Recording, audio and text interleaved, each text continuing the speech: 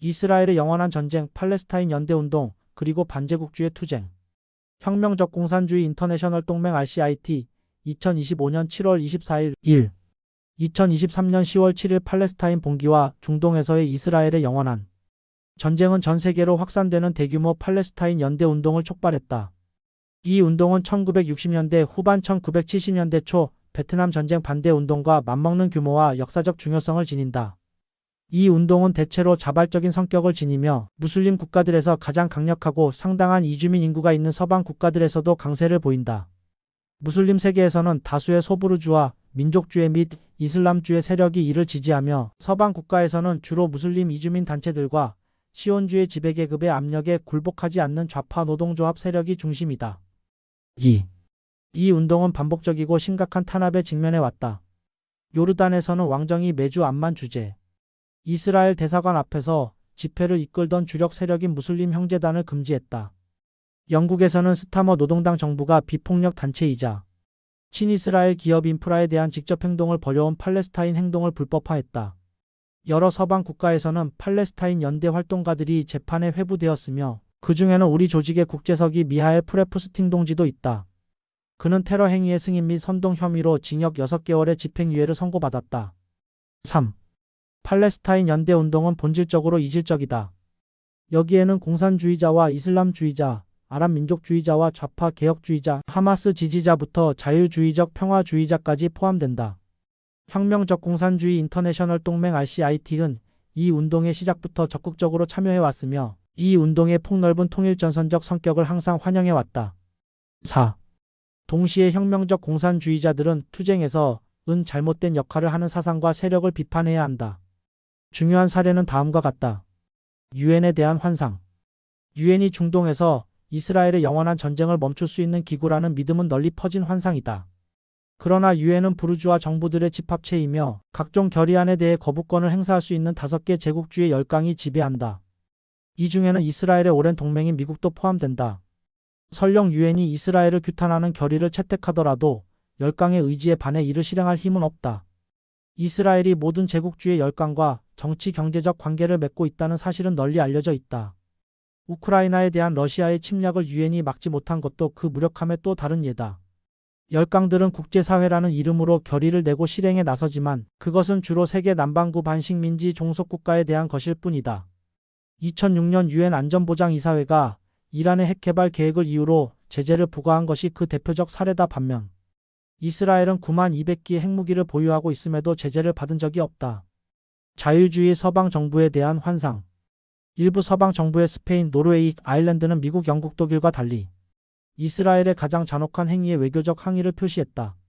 몇몇 나라에서는 팔레스타인 연대운동이 거의 탄압을 받지 않는 것도 사실이다. 그러나 이러한 정부들을 팔레스타인 해방투쟁의 진정한 동맹으로 보는 것은 잘못이다. 말로는 그럴싸해도 이들은 팔레스타인 저항 세력 하마스, 팔레스타인 이슬람 지하드, 인민전선 등을 테러단체로 금지하는 서방의 정책에 동참하고 동시에 이스라엘과의 경제외교 관계를 계속 유지한다. 1948년 나크바 이후 이들은 정착자 국가의 수많은 범죄에도 불구하고 이스라엘과 관계를 유지해왔다. 사회주의자들은 전 세계 노동자인민 조직들에게 시온주의 국가에 대한 전면적 보이콧 사보타주 운동, 대중 시위, 파업, 직접 행동 포함을 조직할 것을 촉구한다. 부두 노동자들은 이스라엘에 대한 무기 선적을 거부하고 은행 노동자들은 금융 거래를 방해해야 하며 이스라엘산 제품을 불매하고 과학문화 스포츠 교육 분야의 모든 협력을 중단해야 한다. 또한 모든 반식민지 국가들이 시온주의 국가와의 외교 경제 관계를 단절할 것을 요구한다. 두 국가 해법. 아라파트의 피에로가 항복한 이후 대부분의 부르주아 정부들은 두 국가 해법, 즉 이스라엘과 나란히 독립, 팔레스타인 국가를 세우자는 안을 지지한다. 그러나 시온주의가 거부하는 상황에서 이 해법이 실현된다 하더라도 그것은 식민지형 반투스탄일 것이다. 빈곤하고 황폐해진 서한 가자 지구에 한정된 그 국가는 경제적으로 이스라엘에 완전히 종속되고 정치군사적으로 시온주의자의 선의에 의존하게 된다. 두 국가 해법은 쓸모없는 환상이자 위험한 덫이다. 유일한 해법은 시온주의 테러 국가를 파괴하고 강에서 바다까지 이어지는 팔레스타인을 세우는 것이다. 그러한 세속정민주적 팔레스타인 국가는 모든 난민의 귀환을 보장하고 모든 시민 유대인 소수 포함의 문화 종교적 권리를 보장해야 한다. 이는 중동 사회주의 연방의 일부로서 노동자 농민 공화국이다. 자유주의 개혁주의 세력에 대한 환상. 진보적 세력이 팔레스타인 투쟁의 동맹이 될 수 있다는 믿음도 잘못이다. 바이든 정부 스타머 노동당, 독일 사회민주당이 지난 2년간 해온 일을 보라. 샌더스 오카시오-코르테스 마무다니, 영국 노동당 좌파 의원, 독일 좌파당, 스페인 수마르 포데모스 등이 말로는 더 과격할지 몰라도 현실에서는 미국의 친이스라엘 민주당이나 유럽 제국주의 정부당에 묶여 있다. 멜랑숑의 LFI는 그중 가장 급진적이지만 인민전선 정책으로 친시온주의 정당 사회당 녹색당 등에 묶여 있다. 결국 이런 세력은 팔레스타인 연대운동을 제국주의 친시온주의 정당에 연결하는 전달 벨트 역할을 한다. 사회주의자들은 이러한 영향력에 맞서 싸워야 한다. 진정으로 팔레스타인을 지지하려면 모든 친시온주의 친제국주의 정당 정부와의 관계를 단절해야 한다. 평화주의. 많은 반이스라엘 세력들이 무장투쟁을 정당하고 필수적인 저항 수단으로 인정하지 않는다.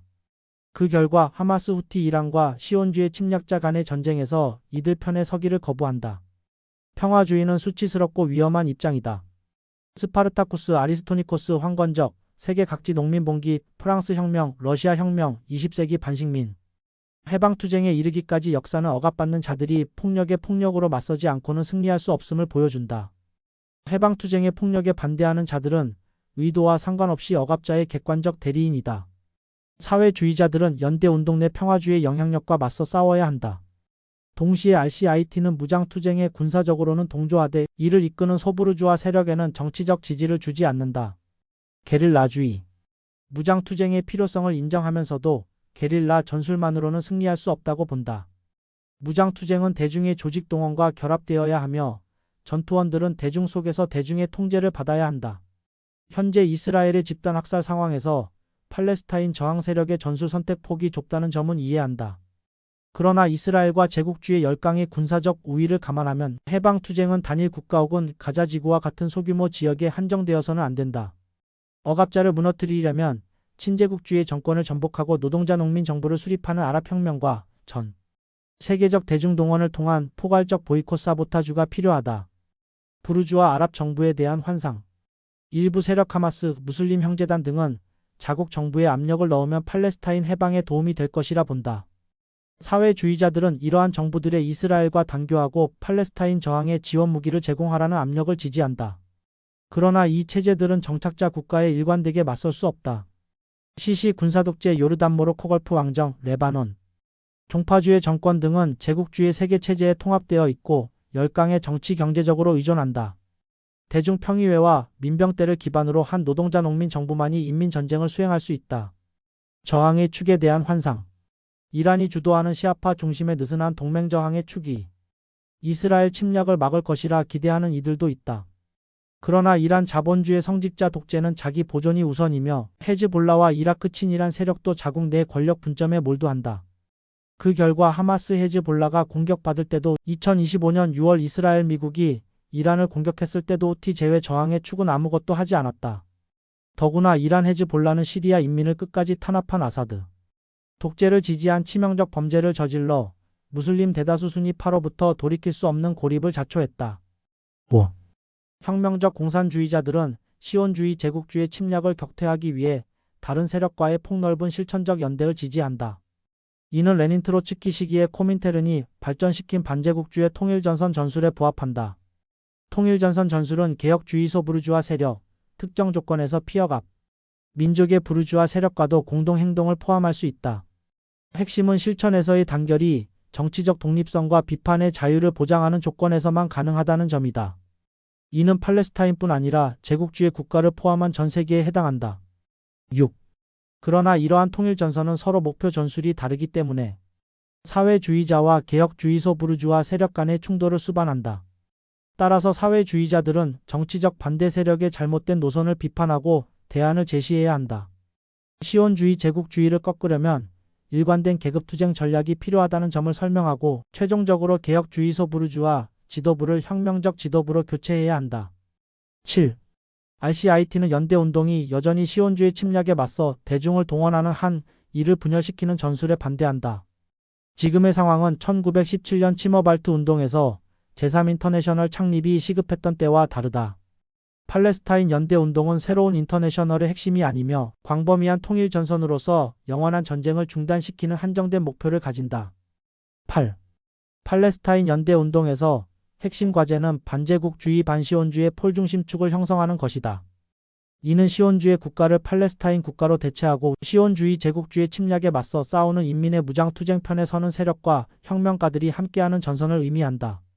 이 전선은 중요한 합의를 기반으로 하지만 다양한 정치 견해를 가진 세력을 포함할 수 있다. 실천적 행동에 집중하고 참여 세력의 선전 비판의 자유를 존중하는 한 이러한 전선은 정당하고 필요하다. 9. RCIT와 모든 진정한 혁명가들은 현재 시기에 팔레스타인과 중동의 피역압, 인민을 시온주의 야수로부터 해방시키는 것을 핵심 과제로 본다. 가자 주민들은 이미 2년에 가까운 집단 학살로 끔찍한 대가를 치렀으며 이는 현대사 최악의 범죄 중 하나다. 이스라엘 하아레츠의 기자 기드온 레비는 이를 이스라엘이 제3제국 초기 독일이 하던 일을 하고 있다고 규정했다.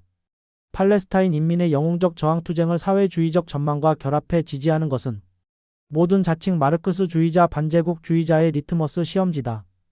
세계 사회주의 혁명당 건설투쟁은 시온주의 제국주의와의 투쟁과 결코 분리될 수 없다.